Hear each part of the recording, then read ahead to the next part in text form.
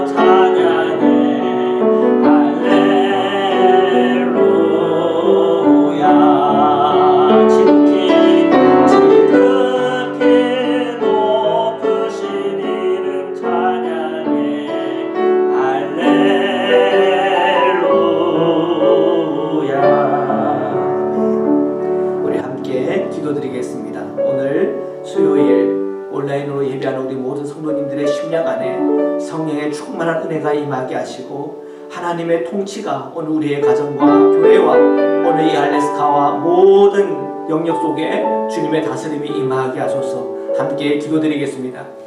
사랑의 주님 감사합니다. 오늘도 하나님의 그 통치와 주님의 자비하신 은혜와 주님의 그 임재하심이 오늘 이 온라인으로 예배하는 우리 사랑하는 모든 성도님들의 심령마다 임하게 하소서.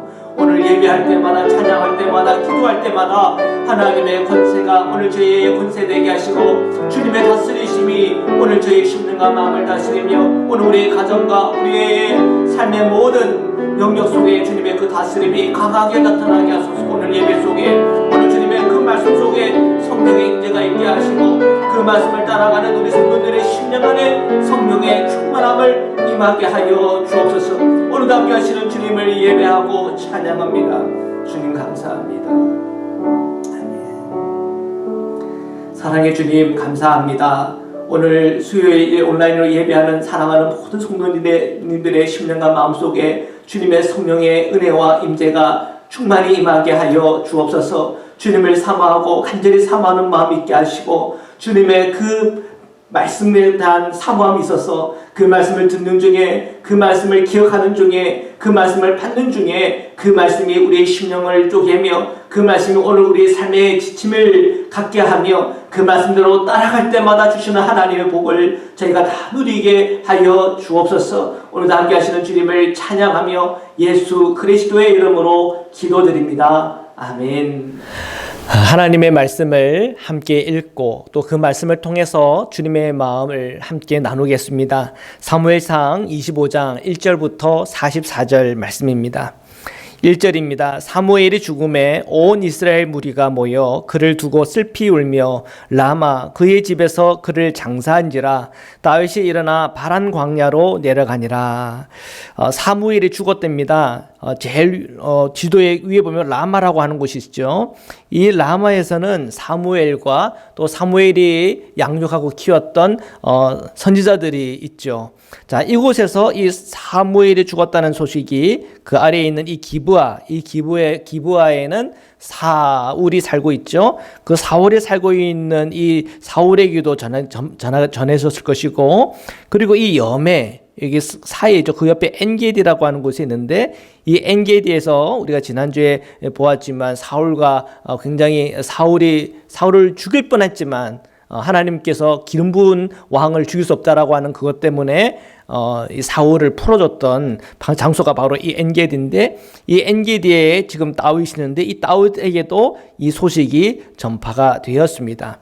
자, 이 엔게디에 있던 다윗이 사무엘이 죽었다는 소식을 듣고 어디로 갔다고요? 바란 광야로 갔답니다. 바란 광야. 그러니까 굉장히 먼 지역으로 어떻게 보면 도망갔다, 후퇴했다라고 볼 수가 있습니다.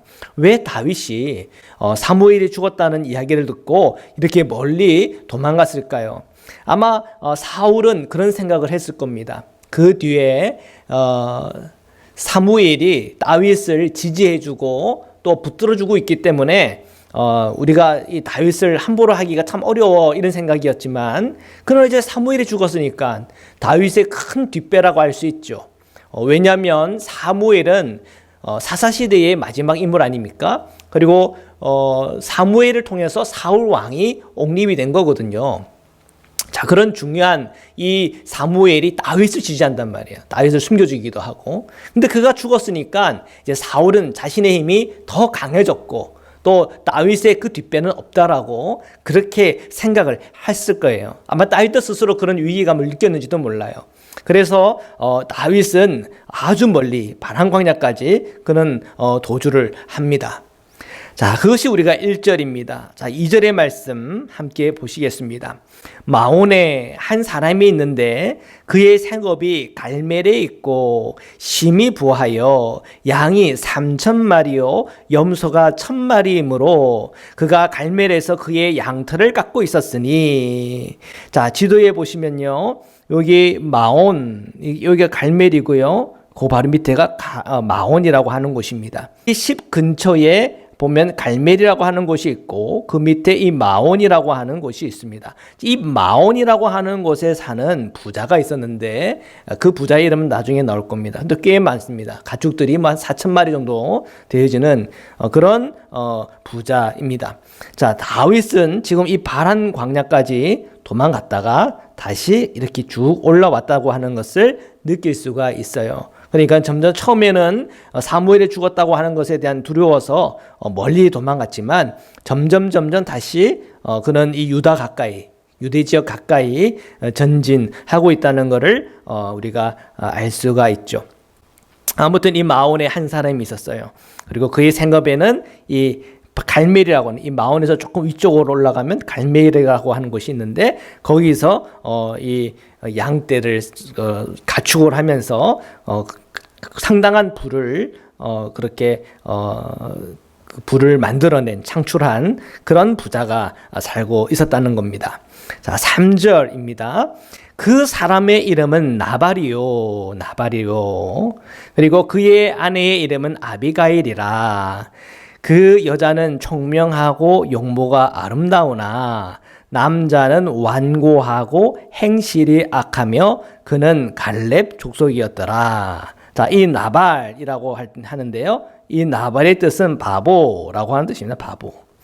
진짜 그 사람 이름이 나발이었을까? 학자들은 진짜 이름은 나발이 아니었을까라고 얘기합니다. 진짜 이름은 있는데 그가 아마 별명이지 않았을까. 그 주변 사람들이 나발, 바보다 그 사람은 참 생각이 짧다. 아마 그런 의미로 그렇게 불렸던 것 같습니다. 자, 그런데 그럼에도 불구하고 이렇게 그래도 그 삶을 유지할 수 있었던 이유는 이 아비가일이라고 하는 부인의 덕택이 컸다라고 하는 것을 엿볼 수가 있죠. 왜요? 그 여자는 총명하고 또 용모가 아름다웠다. 여기서 아름다운 용모가 포커스가 아니라 총명했다고 하는 것이 포커스죠. 요새 총명했다라고 하는 것은 이해력이 있다. 또는 지혜가 있다. 또는 지각이 있다. 지식이 있다. 책략이 있다. 신중하다. 자, 그런 의미가 있습니다. 자, 그가 족속이 어디 족속이라고요? 갈렙 족속이에요. 갈렙 족속. 여호수아와 갈렙 기억나시죠? 이 여호수아와 갈렙이라고 할 때 그 갈렙 족속인데 이 갈렙 족속은 유다 족속입니다. 그러면 사울하고 가깝습니까? 다윗하고 가깝습니까? 다윗하고 가까운 족속이죠. 자, 4절인데요. 함께 읽겠습니다. 다윗이 나발이 자기 양 털을 깎는다는 함을 광야에서 들은지라. 자, 이 나발의 이 가정에서 큰 이제 잔치가 벌어지는 겁니다. 고대 근동에 양털을 깎는 날은 굉장히 큰 날입니다. 그래서 그 날은 돈잔치 하는 돈잔치. 그 얘기는 뭐냐면 빚이 있었다면 그 빚을 갚고 또 수고했던 사람들에게는 넉넉하게 사례를 떼어주고 축제와 같은 날이 이 양털 깎는 날입니다. 다윗은 이 나발이 자기 양털을 깎는 그런 날을 맞이했다는 것을 광야에서 들은 것입니다. 5절입니다. 다윗이 이에 소년 10명을 보내며 그 소년들에게 이르되 너희는 갈멜로 올라가 나발에게 이르러 내 이름으로 그에게 문안하라. 자, 갈멜로 가래요. 자, 바란 광야에서 마온 그 근처까지 이제 다시 이제 다윗은 그 세력을 떨치고 있는 것입니다. 자, 그러면서 이 소년들을 10명을 특별히 보내는 거죠. 누구에게요? 나발에게. 왜요? 그에게 뭔가 부탁할 것이 있나 봅니다. 자, 6절입니다. 그 부하게 사는 자에게 나발을 얘기하죠. 이르기를 너는 평강하라. 내 집도 평강하라. 내 소유의 모든 것도 평강하라. 축복해 주는 겁니다. 지금 여기에 샬롬이라고 하는 히브리어가 있습니다. 샬롬이라고 하는 것은 평강하라 또는 복을 받아라 하는 그런 뜻입니다. 자, 이 다윗이 이 나발을 축복해 주고 또한 평안을 빕니다. 그리고 몇 번을 이렇게 빕니까? 평강하라, 평강하라, 평강하라. 3번을 이렇게 평안과 축복을 빌어주는 것입니다. 자, 그것은 이 나발에 대한 다윗의 호의입니다. 7절입니다. 내게 양털 깎는 자들이 있다 함을 이제 내가 들었노라. 내 목자들이 우리와 함께 있었으나 우리가 그들을 해하지 아니하였고 그들이 갈멜에 있는 동안에 그들의 것을 하나도 잃지 아니하였나니. 이 얘기는 뭐냐면 내가 이 양떼를 보호해줬다. 내가 너의 목자들을 보호해줬다. 그 말을 전하고 있습니다. 자, 여기 말씀의 그림을 보시면요. 여기 갈멜이 있잖아요. 그러니까 다윗은 이곳에서 이렇게 머물면서 이 갈멜에 있는 목자들과 이 양떼들을 보호해줬다는 거죠. 자, 여기 보면 블레셋이 있습니다. 이 블레셋의 공격을 통해서 이런 위기가 올 수도 있는 것이고, 또한 도둑들이나 도적대들, 그리고 이런 늑대나 어떤 맹수들로부터 사실은 위기가 올 수가 있는 것입니다. 그런데 자, 그런 위험에서부터 다윗과 함께한 600명의 이 함께하는 이들이 이 나발의 재산을 보호해줬다고 하는 것을 얘기하고 있는 것입니다. 자, 계속해서 보겠습니다. 8절입니다. 내 소년들에게 물으면 그들이 내게 말하리라. 그런즉 내 소년들이 내게 은혜를 얻게 하라. 우리가 좋은 날에 왔은즉 내 손에 있는 대로 내 종들과 내 아들 다윗에게 주기를 원하노라 하더라 하라. 지금 이 소년들에게 나발에게 얘기할 때 어떻게 얘기하라고 그랬는가? 아주 공손합니다. 내 소년들이 내게 은혜를 얻게 하라. 은혜를 얻게 하래요. 은혜를. 내가 그만큼 보호해줬으니까 이 보호해준 것에 대한 값을 달라 이렇게 얘기한 것도 아니고, 자, 이것이 내가 뭐 큰 건 아니다. 작은 건데 그렇지만 이것을 은혜로 여겨달라. 겸손한 표현이죠. 겸손한 표현. 그리고 우리가 좋은 날에 왔다. 양털 깎는 날이라고 할 때는 축제거든요. 그런 축제 때는 정말 자기에게 고마움을 줬던 사람들에게 정말 후하게 선물하고 또한 격려해주고 또한 자신의 물질들을 나누는 그런 시간들이 양털 깎는 축제입니다. 자, 이 좋은 날에 왔는데 내 손에 있는 대로 내 종들에게, 내 아들 다윗에게. 자, 이 표현을 보십시오. 다윗이 자기를 어떻게 소개를 합니까? 아들이래요, 아들. 그러면 나발이 뭐가 되는 겁니까? 아버지가 되는 거죠. 자, 내가 너희 주변에서 너를 보호해주고 너희 양떼를 지켜줬는데 내가 너를 보호하는 보호자야. 이렇게 얘기한 게 아니에요. 그죠? 그렇게 얘기한 게 아니라 나는 아들이야. 굉장히 겸손하고 공손하게 이 나발에게 말하는 거예요. 내 아들, 또 내 종, 누가 내 종들입니까? 다윗의 사람들인데. 근데 그 다윗의 사람들도 다 이 나발의 종이라고 생각하고 내 종들, 내 아들 다윗에게 주기를 원하노라. 은혜를 베풀어라 하는 얘기인 거죠. 굉장히 공손하게 말하고 있어요. 자, 9절입니다. 다윗의 소년들이 가서 다윗의 이름으로 이 모든 말을 나발에게 말하기를 마침에 정말 공손함과 그리고 조심성과 그것을 담아서 이 나발에게 은혜를 구한 것입니다. 그런데 다윗이 단순히 은혜를 구할 그런 위치는 분명히 아니에요. 분명히 다윗이 한 일이 있어요. 뭘 했습니까? 그 양떼들을 보호해주고 그 목자들을 보호해줬던 그런 일이 분명히 있는 거죠. 자, 10절입니다. 나발이 다윗의 사환들에게 대답하여 이르되 다윗은 누구며 이새의 아들은 누구냐? 요즘에 각기 주인에게서 억지로 떠나는 종이 많도다. 자, 나발이 아주 하대하고 무시하는 발언을 한 겁니다. 다윗의 사환들에게 대답하여 이르되, 이 다윗이 보낸 그 종들은 사실 다윗이 직접 온 것과 마찬가지입니다. 그죠? 왜요? 다윗이 갈 거를 그 신하들에게 시켰기 때문에 그렇죠. 그런데 그 사람들 뭐라고 얘기하냐면 다윗은 도대체 누구냐? 나 그런 이름 들어본 적이 없다. 이새의 아들 그는 누구냐? 나는 들어본 적이 없는데 시치미를 뚝 떼는 겁니다. 오랜 시간 동안에 목자를 보호하고 그 양떼를 보호해줬던 얘기를 들었을까요? 안 들었을까? 들었을 거예요. 자기가 이득이 있을 때는 그냥 잠잠히 있다가 그리고 이제 좀 손을 벌려서 좀 은혜를 베풀어라 라고 하는 그 얘기를 들으니까 자기가 손해보고 싶지가 않은 거예요. 만약에 그가 사울의 사람이었다고 한다면 다윗이 나타났다고 하는 그 동시에 바로 사울에게 고자질을 해야 되는 건 아닙니까? 그런데 고자질을 안 했어요. 왜 그랬을까요? 다윗이 자기를 보호해 주니까 이득이 있잖아요, 이득이. 그러니까 조용히 있었던 거예요. 입 닫고 있었다가. 그러다가 이 다윗이 그 소년들을 보내서 은혜를 베풀어라. 나는 손해보기 싫어. 돈 욕심이 가득한 사람이에요. 그리고 은혜로 여기는 사람이 아니에요. 고마운 것이 있으면 그 고마움을 표현해야 되는 거 아닙니까? 그것이 예의입니다, 예의. 그런데 그런 예의가 없어요. 왜 그런 예의가 없습니까? 돈 욕심이 가득하기 때문에 그렇습니다.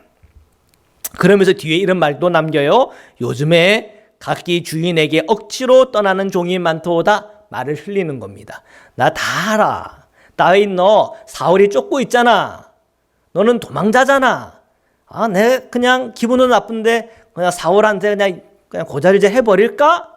이런 식으로 협박하는 거죠. 어떻게 보면. 그러면서 요즘에 각기 주인에게 억지로 떠나는 종이 많도다 하면서 슬쩍 이 협박도 같이 하는 겁니다.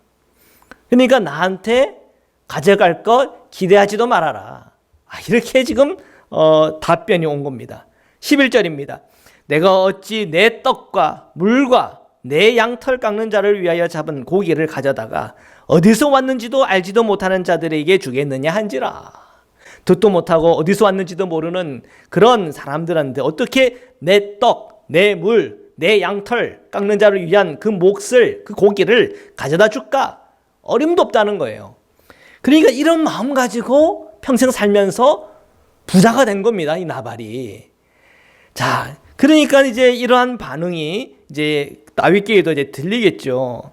12절입니다. 이에 다윗의 소년들이 돌아서 자기 길로 행하여 돌아와 이 모든 말을 그에게 전하매, 다윗에게 전했다는 것이지요. 13절 다윗이 자기 사람들에게 이르되 너희는 각기 칼을 차라 하니 각기 칼을 차매 다윗도 자기 칼을 차고 400명가량은 데리고 올라가고 200명은 소유물 곁에 있게 하니라. 다윗이 소유물이 있어요, 없어요? 소유물이 있어요. 200명이 지켜야 될 정도의 소유물이 있어요.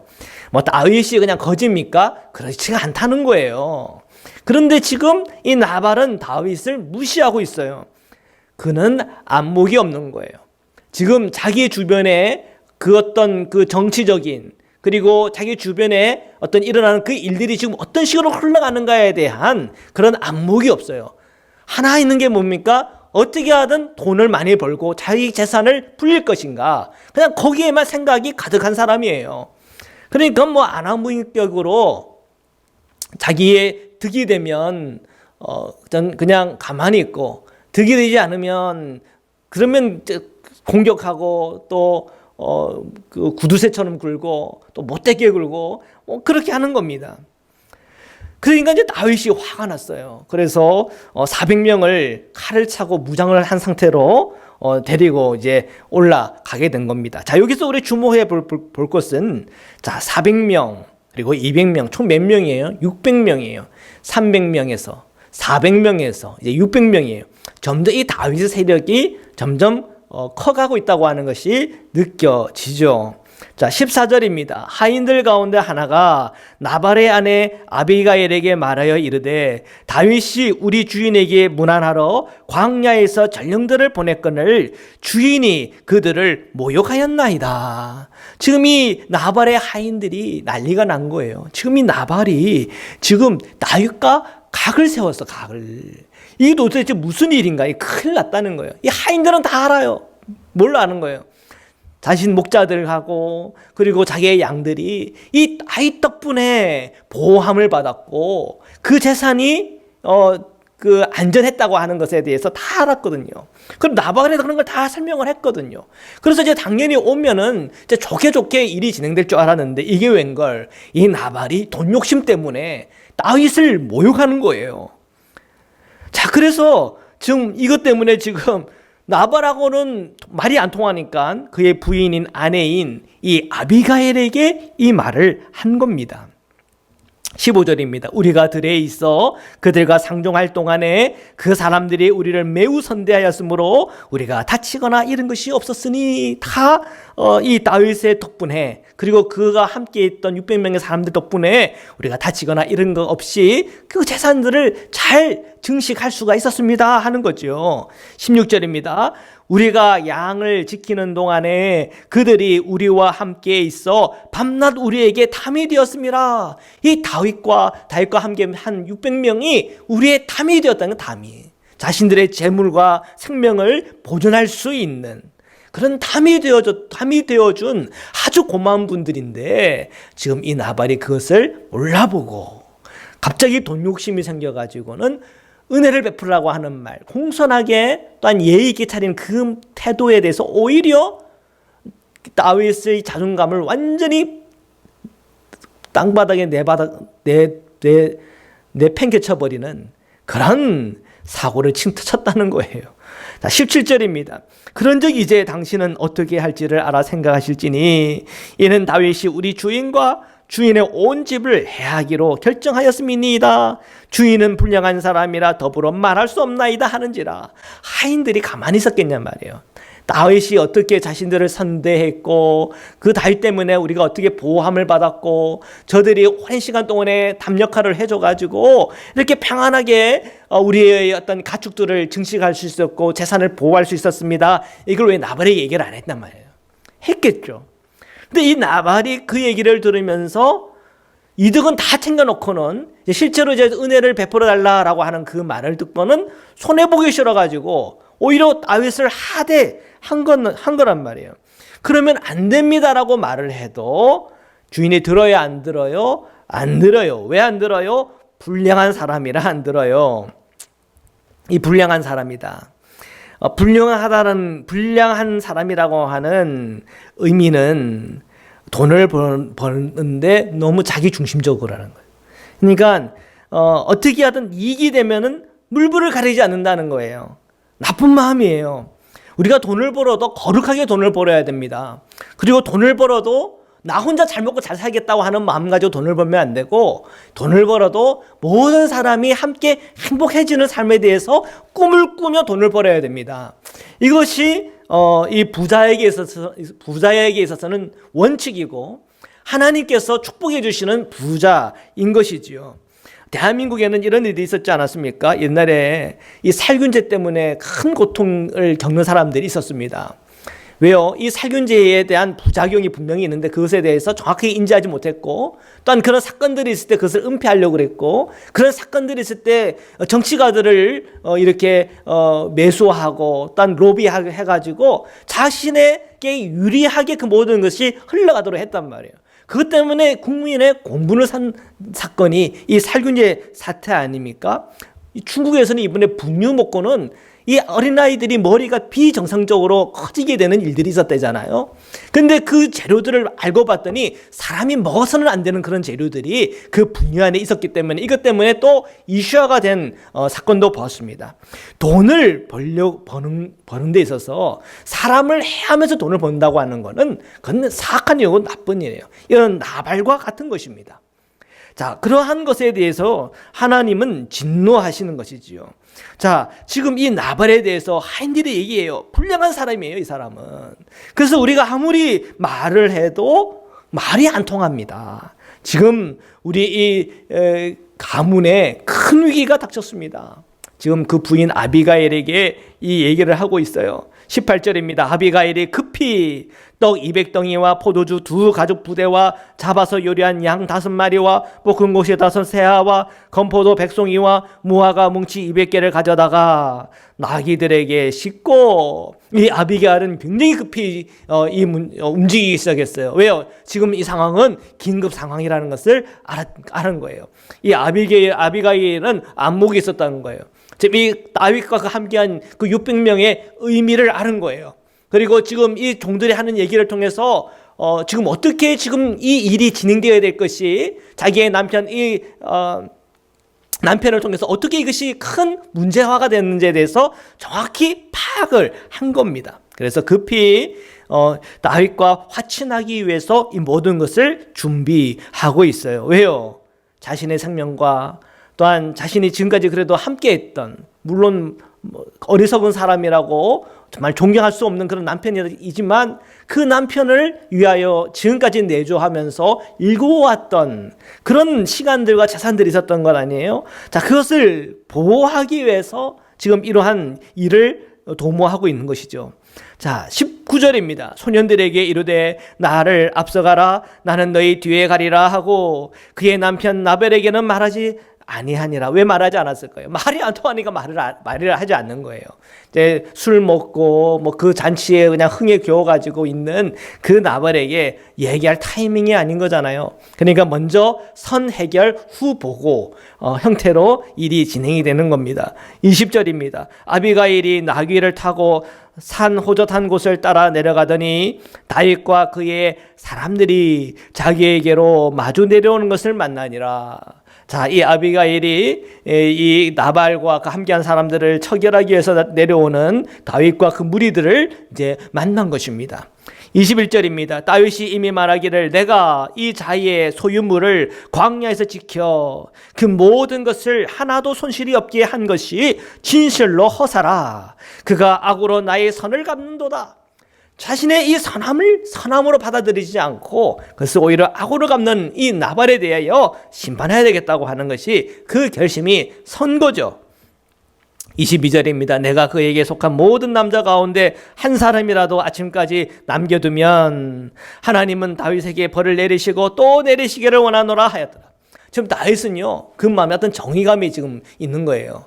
어떤 이런 부자가 있냐는 거예요. 이런 부자, 사람들을 무시하는 부자, 그리고 자기에게 은혜를 베푸는 것에 그 은혜를 무시하는 부자, 자기가 그를 지켜주고 그 재산을 보호해준 나를 그 보호해줄 때는 가만히 있어서 그 이득을 다 챙겨다가 은혜 조금 달라고 이렇게 얘기했더니 그냥 냉정하게 자기를 끊어버리는 이런 부자는 불의한 부자요, 그리고 선하지 않은 악한 부자요. 그의 마음에 그런 마음이 들은 거예요. 이거는 심판을 받아 마땅하다. 하나님께서 이 자를 벌하실 거야. 그런 어떤 마음에 가득 찬 상태로 좀 내려오고 있는 거죠. 자, 23절입니다. 아비가일이 다윗을 보고 급히 나귀에서 내려 다윗 앞에 엎드려 그의 얼굴을 땅에 대나. 뭡니까? 완전하게 자신을 내려놓는 거예요. 지금 이 다윗 앞에서 완전하게 엎드려서 그의 얼굴을 그냥 땅에 댔다라고 그래요. 완전한 항복이에요. 자, 우리가 죄를 지었을 때, 또한 우리가 용서받아야 될 일이 있었을 때, 그때 우리가 완전히 항복해야 돼요. 완전히 그냥 그 얼굴을 땅에 대야 돼요. 그래야 그 해결점이 있는 겁니다. 그런데 이것은 완전한 내 잘못인데도 불구하고 자존심 때문에 그 자존심을 꺾지 못하고 그냥 내가 잘못했는데 잘못하지 않은 척, 그리고 온갖 이유를 대면서 그 잘못한 것에 대해서 요리조리 피하면서 가려고 할 때는 결코 사과를 할 수도 없고 또한 용서를 받을 수도 없는 겁니다. 그러면 그 죄에 대한 값을 그대로 받게 되어 있는 거예요. 그러나 자신의 그 죄에 대해서 알고 무엇이 잘못된 것에 대해서 깨달으면 그 잘못한 것에서 바싹 엎드리는 것, 거기에 화해의 길이 있고 속죄의 길이 있는 것입니다. 이 아비가일은요, 완전히 엎드렸어요. 그의 자존심을 완전히 굽힌 거예요. 그래도 그때 당시에 그곳에는 부자의 부인 아니에요. 굉장히 갑부의 부인이 아닙니까? 그렇지만 그 모든 자존심을 다 내려놓는 거예요. 여기에서 자아의 죽음이 있는 거예요.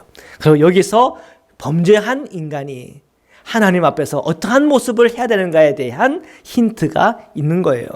24절입니다. 그가 다윗의 발에 엎드려 이르되 내 주여 원하건대 이 죄악을 나 곧 내게로 돌리시고 요정에게 주의 귀에 말하게 하시고 이 요정의 말을 들으소서. 뭐 한다는 얘기예요? 바싹 엎드린 상태에서 나는 죄인입니다 한 거예요. 나는 죄인입니다. 그리고 혹시 당신이 허락해 준다면 제가 좀 말을 할 수 있게 해 주십시오. 굉장한 겸손이에요. 다윗은 지금 자존심도 엄청 상했어요. 그죠? 나발을 통해서, 그 대답을 통해서. 근데 이 나발의 부인의 이 태도를 통해서 이 다윗의 그 화와 분노를 이렇게 가라앉히는 그런 지금 상황과 장면인 거예요. 그 비결은 어디에 있습니까? 바싹 엎드림, 겸손, 그리고 예의, 그죠? 그것과 지금 다 이 어려운 이 갈등을 풀어나가는 열쇠입니다. 어리석은 사람은 어떻게 합니까? 그 분노한 사람에게 똑같이 분노하면서 싸우는 거예요. 근데 지혜로운 사람은 분노를 했으면 그 분노한 사람에게 목소리를 더 크게 얘기를 하는 게 아니라 겸손하게, 그리고 잠잠하게, 또한 잔잔하게 온 예를 차려서 하나하나 얘기를 들어주면서 한마디 한마디 조곤조곤 이야기를 풀어나가는, 이게 바로 지혜죠. 25절입니다. 원하옵나니 내 주는 이 불량한 사람 나발을 개의치 마옵소서. 그의 이름이 그에게 적당하니 그의 이름이 나발이라. 그는 미련한 자니이다. 여종은 내 주께서 보내신 소년들을 보지 못하였나이다. 아마 이 나발에 자기의 원래 본 이름이 있었을 것 같아요. 근데 그의 별명을 얘기하면서 이 분노한 다윗의 마음을 풀기 위해서 자기 남편을 바보 아닙니까? 멍청한 사람 아닙니까? 라고 얘기를 하는 거예요. 만약에 여러분 한번 한번 상황을 한번 그려보십시오. 내가 어떤 사람에 대해서 굉장히 화가 나 있어요.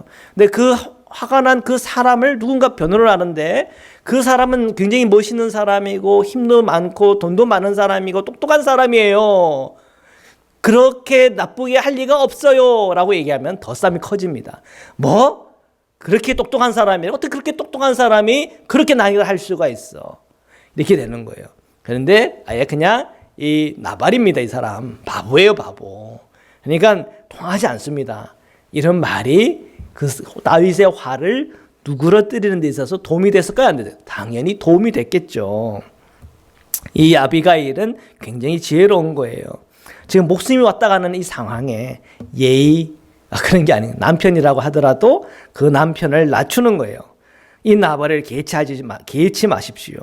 그의 이름은 그에게 적당하지 않습니까? 그 이름이 뭐예요? 나발 아니면 나발. 그는 미련한 사람이에요. 바보예요, 바보. 이 여종은 자기 아비가일 자신을 얘기하는 거예요. 자기를 종이래요. 여종은 내 주께서 보내신 소년들을 보지 못했어요. 세컨 찬스를 주라는 거예요.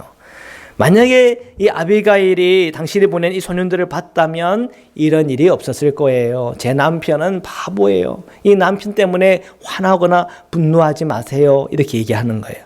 26절입니다. 내 주여 여호와께서 살아계심을 두고 맹세하노니 내 주도 살아계시거니와 내 주의 손으로 피를 흘려 친히 보복하는 일을 여호와께서 막으셨으니 내 주의 원수들과 내 주를 해하려는 자들은 나발과 같이 되기를 원하나이다.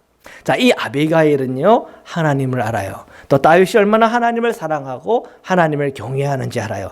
이것이 아비가일의 안목이에요. 이미 이 아비가일은 다윗이 어떤 사람인가에 대한 인포메이션이 다 있었던 거예요. 그러니까 지금 나발에게 지금 이 소년들이 갔기 때문에 일어난 일이지, 만약에 아비가일이 갔다면 이런 일이 일어나지 않았을 거예요. 왜? 나발이 갖고 있는 이 안목이 너무 협소하고, 그냥 나발이 갖고 있는 안목이라는 것은 그냥 돈만 많이 벌면 된다, 그런 생각에 가득 차 있는 사람이에요. 그러나 아비가일은 전체를 볼 수 있는 거예요. 그리고 자기 주변에 중요한 사람에 대한 인포메이션이 있는 거예요. 그래서 이 다윗이 알아들을 수 있는, 또한 그 신앙심에서 반응할 수 있는 것들을 얘기하고 있는 거예요.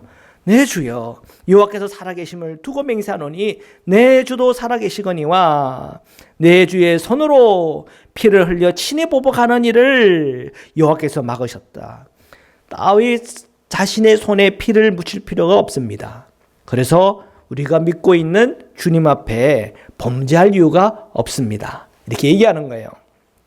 내 주의 원수들, 내 주를 해하려고 하는 사람들 있죠. 거기 누가 있는 거예요? 사울도 있고, 그죠?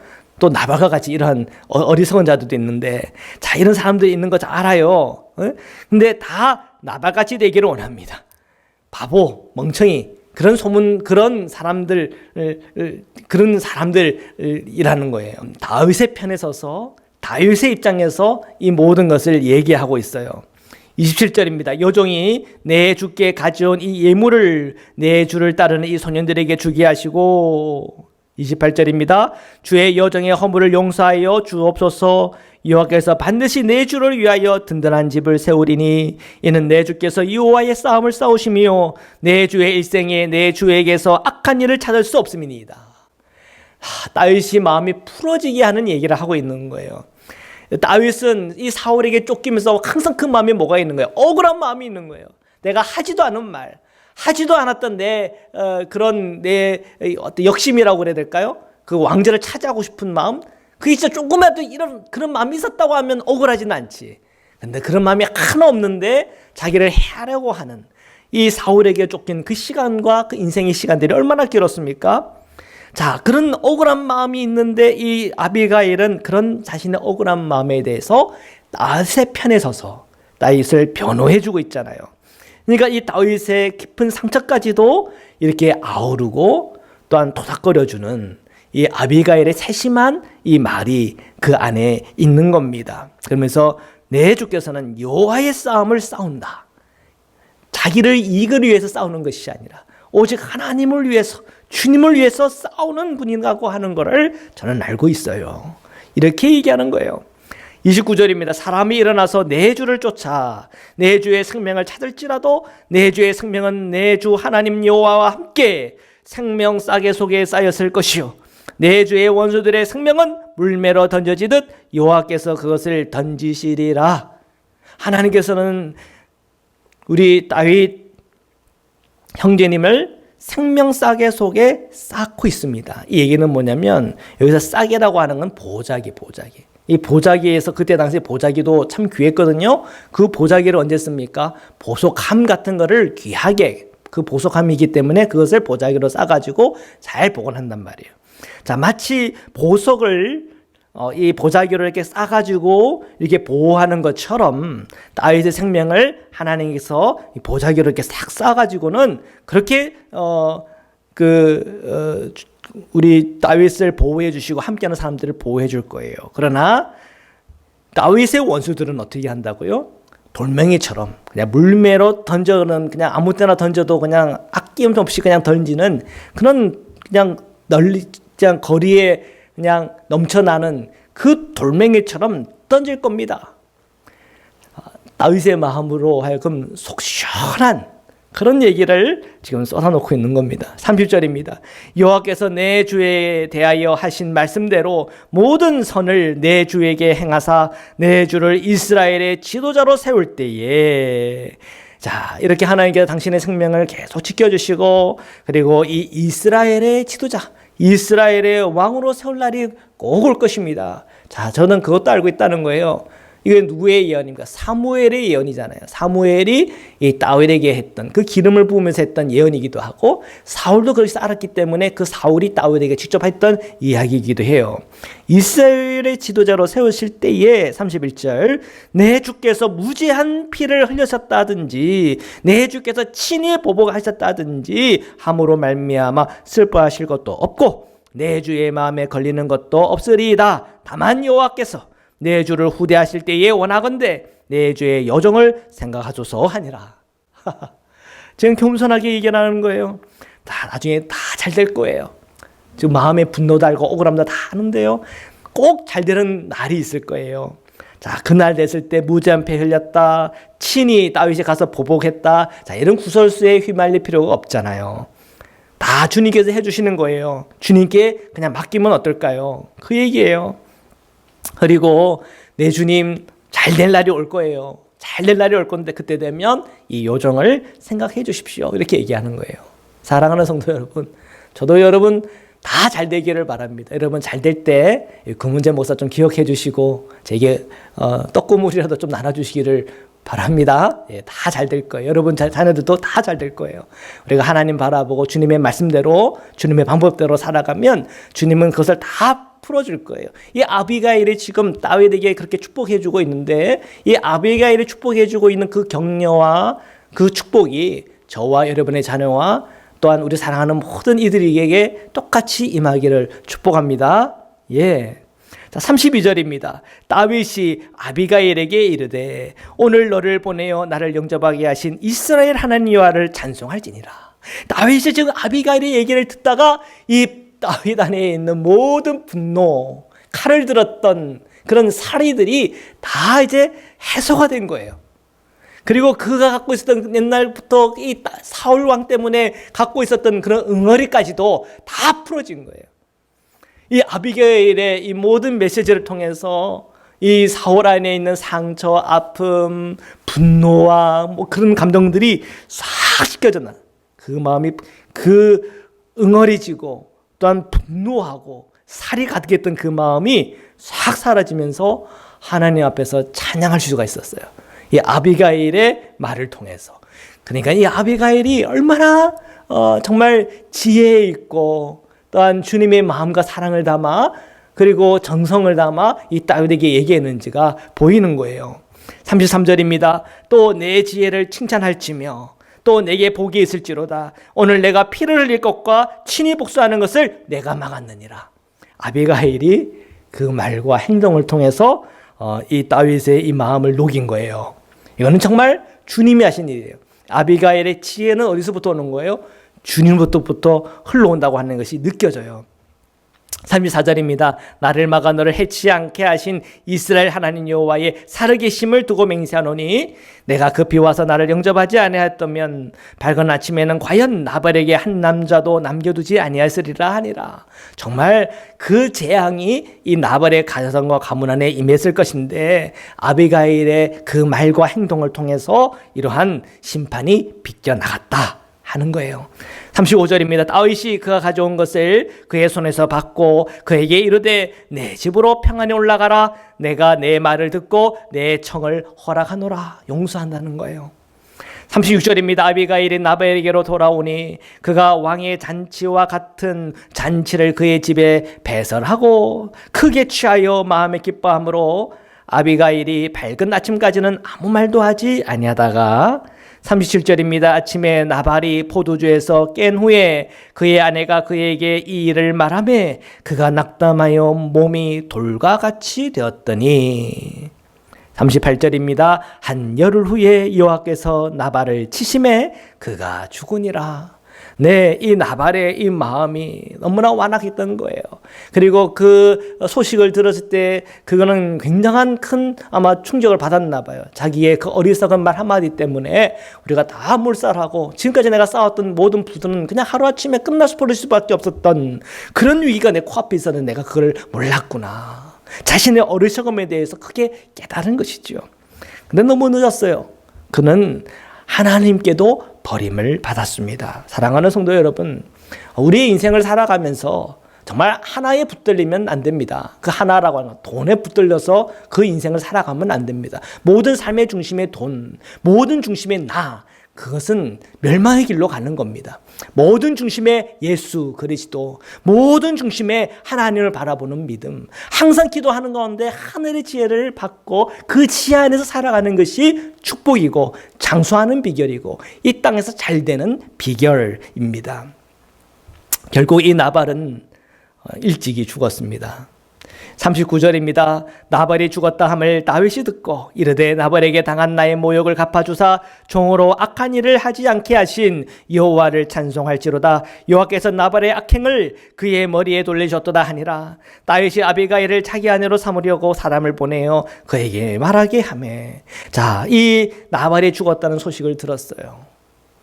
자, 그러면서 다윗의 마음에는 이런 마음이 들었던 거야. 주님께서 내 손으로 원수를 갚을 뻔했는데 그 위기가 지나갔고 뿐만 아니라 하나님은 하나님의 방법으로 하나님 그 모든 죄에 대해서는 심판하시는 하나님이시구나.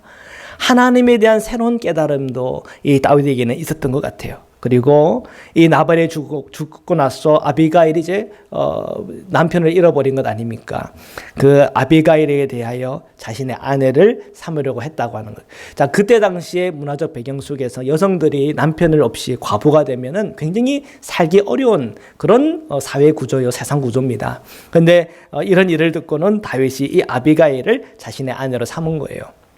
자, 40절의 말씀입니다. 다윗이 전령들이 갈멜에 가서 아비가일에게 이르러 그에게 말하여 이르되 다윗이 당신을 아내로 삼고자 하여 우리를 당신께 보내더이다 하니. 자, 이 아비가일이 이 다윗이 자신을 아내로 삼기 위해서 이렇게 사람을 보냈다 하는 걸 알았어요. 자, 그 얘기를 듣고 어떻게 반응하는가 볼게요. 41절입니다. 아비가일이 일어나 몸을 굽혀 얼굴을 땅에 대고 이르되 내 주의 여종은 내 주의 전령들의 발 씻길 종이니이다 하고, 자, 이 여인은요 그까지 지혜 있게 대합니다. 왜요? 이 여인은 벌써 이 다윗을 보면서 안목이 있었어요. 이 사람은 이스라엘의 왕이 될 사람이야. 그러니까 부인으로서의 어떤 자신의 어떤 그 위치를 굳건하겠다 이런 마음 없는 거예요. 그냥 내 주의 전령들을 발시킬 종이라고 하는 그런 겸손한 마음을 가지고 하나하나 해 들어가는 것이죠. 42절입니다. 아비가일이 급히 일어나서 나귀를 타고 그를 뒤따르는 처녀 다섯과 함께 다윗의 전령들을 따라가서 다윗의 아내가 되니라. 자, 이렇게 해서 이 아비가일의 이야기는 이렇게 끝납니다. 자, 여기서 지금 우리가 볼 것은 나발의 안목과 아비가일의 안목이에요. 나발의 안목이라고 하는 것은 어떻게 하든 돈만 벌면 된다. 자, 그런 생각에 어리석은 결정, 어리석은 판단을 하는 거예요. 그러나 아비가일의 이 안목은 넓어요. 돈만 보는 게 아니에요. 이 세상이 어떻게 흘러가고 있는지, 내 주민이 어떻게 흘러가고 있는지를 다 보면서 살아가는 거예요.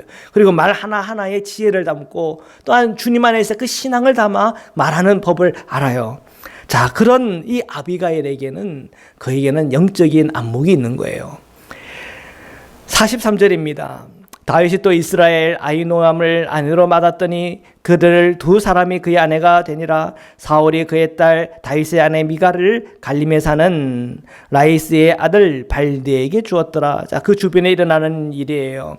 자, 다윗이 한 여인으로만 아내로 맞이하지 않고 또 이런 다른 또 후처를 드리네요. 자, 이런 이 다윗의 모습을 다 좋다고 할 수가 없어요. 이 사무엘상 또 하를 읽어보면 여기서 흐르는 관점이 있어요. 그건 뭐냐면 선지자적 관점이에요. 선지자적 관점이라고 하는 것은 다윗이 잘하는 것만 보여주는 게 아니라 다윗의 치부까지도 다 보여주는 거예요. 다윗이 한 아내의 남편으로서 건전한 그런 가정 생활을 꾸려나가면 모든 백성들에게 본이 되는 것이죠. 그러나 이렇게 여러 후처를 두는 것은 주님께서 기뻐하시는 것은 분명히 아니에요. 다윗이 잘못하고 있는 거죠. 그리고 이제 사울 쪽의 이야기예요. 원래 다윗이 아내 미갈이잖아요. 근데 이 미갈을 누구에게요? 갈림에 사는 라이스 아들 발디에게 또 줬대요. 자, 이런 것이 참 어떻게 보면 다윗 주변에 일어나는 그 가정사에 있어서 참 가슴 아픈 이야기이기도 해요. 그러나 그런 가슴 아픈 이야기 속에서도 다윗은 끊임없이 하나님의 사람으로 성장하고 온 이스라엘의 왕으로서 끊임없이 그는 성장하고 있는 건 분명해요. 사랑하는 성도 여러분, 우리 인생과 우리의 삶에 고통이 있을 수 있고 가정에 어려움이 있을 수도 있고 위기도 있을 수 있어요. 그러나 우리가 잊지 말아야 될 것은 항상 우리의 눈은 주님을 바라봐야 돼요. 우리의 환경의 역경이 정말 가슴 아프고 힘들고 어려운 상황 형편이라도 그 안에서 가장 주님의 그 지혜를 우리에게 보여주시사 주님의 길로 걸어가게 하여 주옵소서. 그리고 우리가 살아가는 이 시대는 복음의 시대입니다. 예수 그리스도의 시대의 복음 안에 성령 안에서 인도받을 수 있도록 축복하여 주옵소서. 날마다 우리가 하나님의 방법대로 살게 하여 주옵소서. 인간의 방법, 내 눈에 당장 보이는 욕심, 나 중심 그렇게 살아가지 않게 하시고 어떻게 하든 내 주변의 사람들을 이롭게 하고 축복해주며 하나님의 사랑, 예수 그리스도의 은혜를 흘러보내는 그러한 예수 그리스도의 제자의 길로 걸어갈 수 있도록 저희들을 그렇게 축복하여 주옵소서. 그 믿음과 고백 속에 오늘도 우리를 세우시고 또한 주님의 그 사명을 감당할 수 있는 은혜를 주시는 하나님의 은혜가 저 여러분에게 충만하시기를 주님의 이름으로 축원합니다. 우리 이 시간 말씀으로 기도드리겠습니다. 살아계신 하나님, 오늘 우리 사랑하는 성도님들 축복합니다. 우리 인생과 우리의 삶 속에 힘들고 어려웠던 여러 많은 과정들이 있었으나 그 과정마다 우리를 건지시고 살리시고 생명 주셔서 오늘 여기까지 저희들을 세우셨습니다.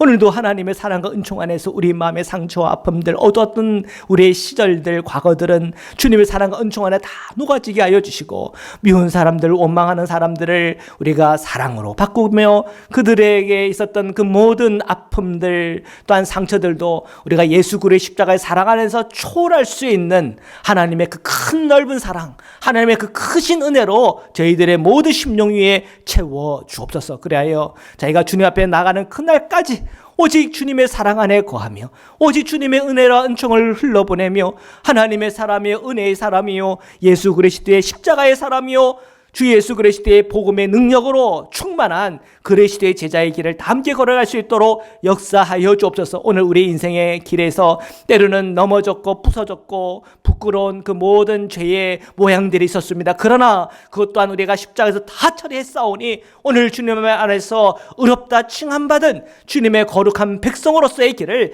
다 함께 걸어갈 수 있도록 함께 축복하여 주옵소서. 이 코로나19로 인한 여러 많은 위기와 어려움들이 있사오나 항상 우리 성도님들을 보호하여 주옵시고 우리 하는 모든 일터 속에서 항상 주님 안에서 잘되며 안전하며 주님께서 흘러주시는 하나님의 복을 다 누리기를 원합니다. 우리가 돈만 바라보며 돈을 위해서 정말 자기 이익만을 챙기며 살아가는 그런 인생이 되지 않게 하시고 항상 살아계신 하나님을 바라보며 살아가며 흘러보내며 또한 주님 앞에서 주님의 그 자비하심을 온 이웃들 안에 흘러보내는 주님의 백성, 주님의 사람으로서의 길을 걸어갈 수 있도록 저희 모든 성도님들을 축복하여 주옵소서. 거룩하신 예수 그리스도의 이름으로 기도드립니다. 아멘.